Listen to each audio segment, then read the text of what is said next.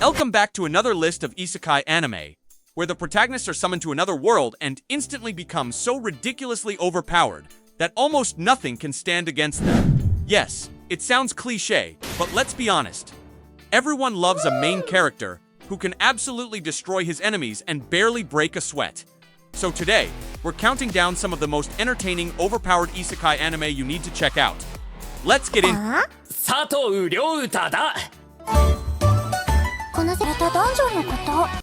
My unique skill makes me OP.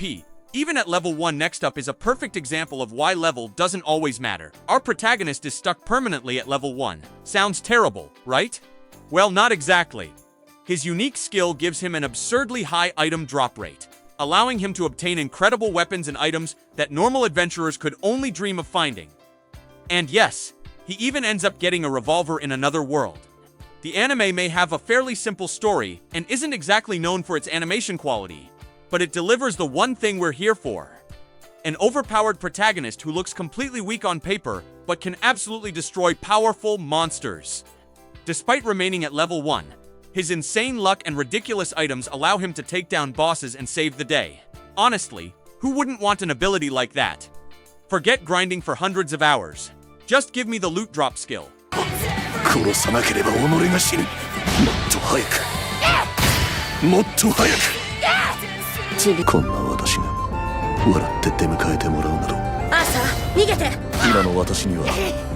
The beginning after the end now. We're moving on to a young prodigy who is born into royalty and possesses an extraordinary amount of knowledge and potential. Noah is the 13th prince of the kingdom, and despite being only 6 years old, his abilities are already far beyond what anyone would expect from a child.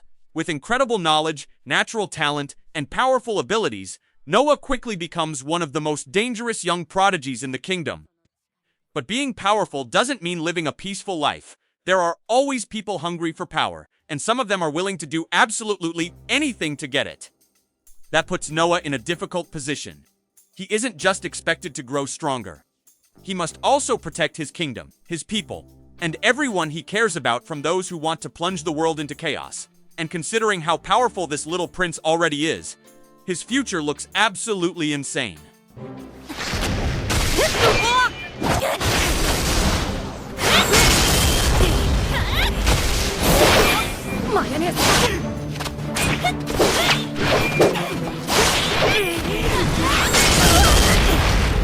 My one-hit kill sister now. You might think you're the protagonist of this isekai story, but surprise! Your sister is actually the one with the power to instantly destroy almost every enemy she encounters. My one-hit kill sister follows a brother and sister who are transported to another world and begin their new lives as adventurers. The brother wants to become a capable hero, but there's just one tiny problem. He's incredibly weak. His sister, on the other hand, is absurdly powerful. Whenever danger appears, she can simply step in and completely obliterate whatever enemy is standing in their way. So while the brother struggles to contribute, his overprotective sister handles pretty much everything. She's incredibly clingy, extremely powerful, and determined to stay by her brother's side no matter what happens. It can definitely get a little chaotic, and sometimes a little annoying. But if you enjoy comedy mixed with overpowered characters, this one is worth checking out. 決闘しようぜ王子様せいぜい大事な恋人との別れを済ませておくんだな Trapped in a dating sim now. We have another protagonist who was never supposed to be the main character. Leon was forced by his little sister to finish a dating simulation game. He reluctantly completed it, only to find himself reincarnated inside that very game world, and not as one of the important characters. He's basically a background mob character. Unfortunately for everyone else, Leon isn't planning to follow the original story. He uses his knowledge of the game to gain powerful equipment, make money, and completely disrupt the world around him. And then there's his ridiculous combat machine. With his powerful robot, Leon can take on enemies that would normally be far beyond the abilities of an ordinary person. The world itself is also completely different from the typical fantasy setting, because it's ruled by women.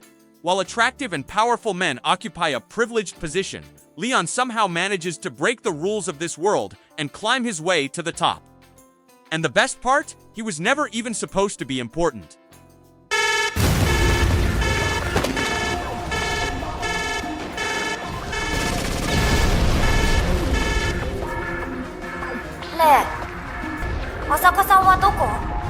My instant death ability is so overpowered, oh boy.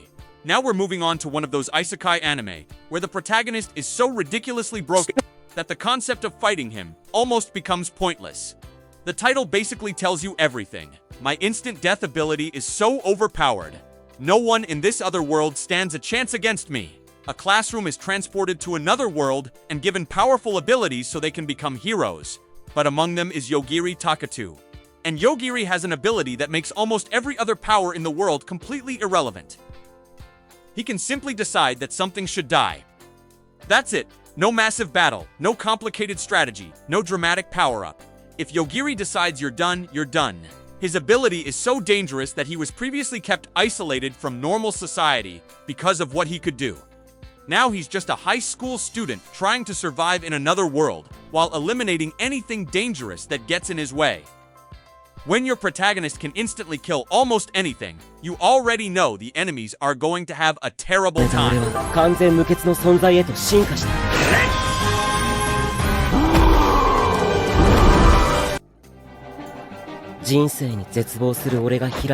I got a cheat skill in another world. We begin with I got a cheat skill in another world. Following Yuya Tenjo, a high school student who has been bullied for most of his life because of his appearance. The only person who truly cared about him was his grandfather. But after his grandfather passes away, Yuya discovers something unexpected inside his house. A mysterious door leading to another world. And stepping through that door completely changes his life. The other world grants Yuya access to incredible items, powerful abilities, and a mysterious system that transforms both his appearance and his strength. He goes from being bullied and ignored to becoming ridiculously attractive and insanely powerful. Yuya can fight monsters in the other world, earn money from his victories, and even return to his original world with everything he has gained. And the crazy part is that his newfound abilities don't just help him in the fantasy world. Even back at school, the same peoples who once looked down on him suddenly realize that Yuya is no longer someone they can mess with. His entire life has basically been turned upside down.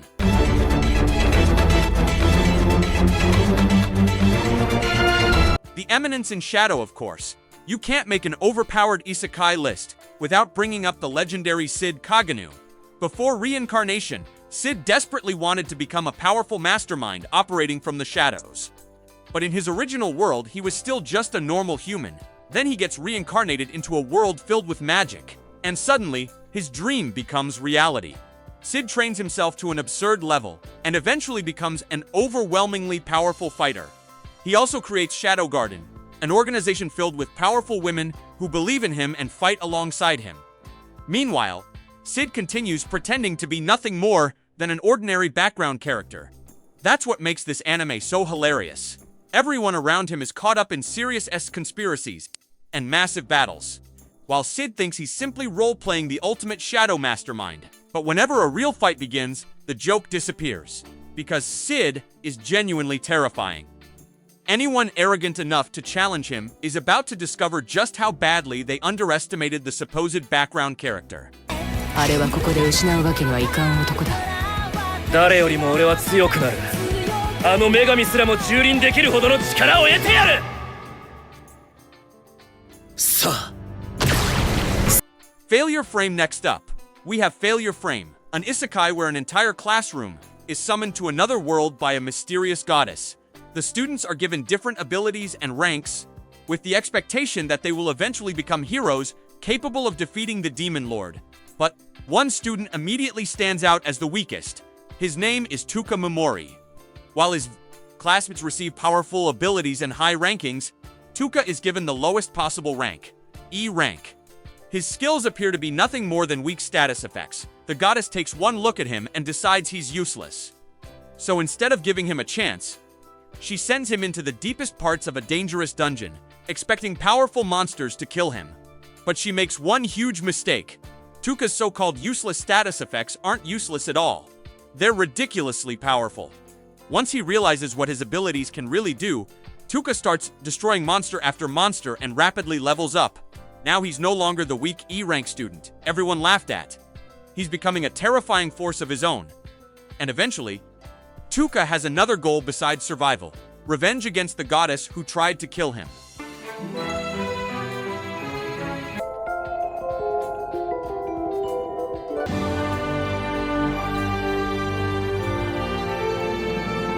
Wise man's grandchild now. We're getting into classic, overpowered reincarnation territory.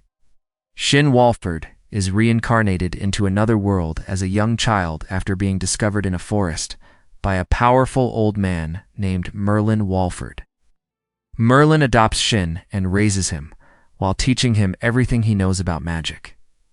And because Shin doesn't understand the limits of this world's magic system, he develops abilities far beyond what anyone considers normal. Eventually, the government even realizes that Shin could potentially be used for military purposes because of how insanely powerful he is. But instead of turning him into a weapon, his family decides to send him to an academy so he can make friends and experience a normal life. Of course, Shin's idea of normal is completely different from everyone else's. His classmates quickly realize just how ridiculous his abilities are. And when powerful enemies eventually threaten the kingdom, Shin uses his overwhelming magic to protect the people he cares about. He's basically the definition of an overpowered magic prodigy.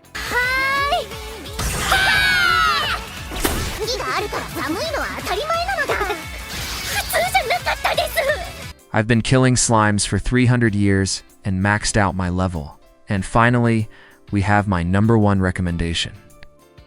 I've been killing slimes for 300 years and maxed out my level. Our protagonist, Azusa, dies from exhaustion in her previous life and is given the chance to reincarnate in another world. But unlike most reincarnated protagonists, she doesn't want power, fame, or adventure. She simply wants a peaceful life, so she becomes a witch and settles down on a quiet hill overlooking a small village. For the next 300 years, Azusa spends her days doing the most relaxing thing imaginable: killing slimes, one after another, day after day, for 3 centuries, and without even realizing it, she reaches the maximum possible level. Eventually, rumors begin spreading about a ridiculously powerful witch living near the village. People start coming from everywhere to meet her. And before Azusa knows it, her peaceful solitary life is completely gone. Instead of living alone, she ends up meeting new people, going on adventures, and building a wholesome group of friends and family around her. This anime isn't about constant battles or saving the world. It's mostly a relaxing slice-of-life fantasy with an absurdly powerful protagonist. And honestly, after watching non-stop action and watching protagonists destroy everything in their path, sometimes you just need an anime like this to relax. And with that, our journey into the world of overpowered Isekai comes to an end. We've gone from unstoppable heroes and instant death abilities to reincarnated prodigies and a witch who accidentally became max level by killing slimes for 300 years. If you enjoyed the video, don't forget to drop a like, subscribe, and turn on notifications so you don't miss the next anime recommendation. Take care, everyone, and I'll see you in the next one.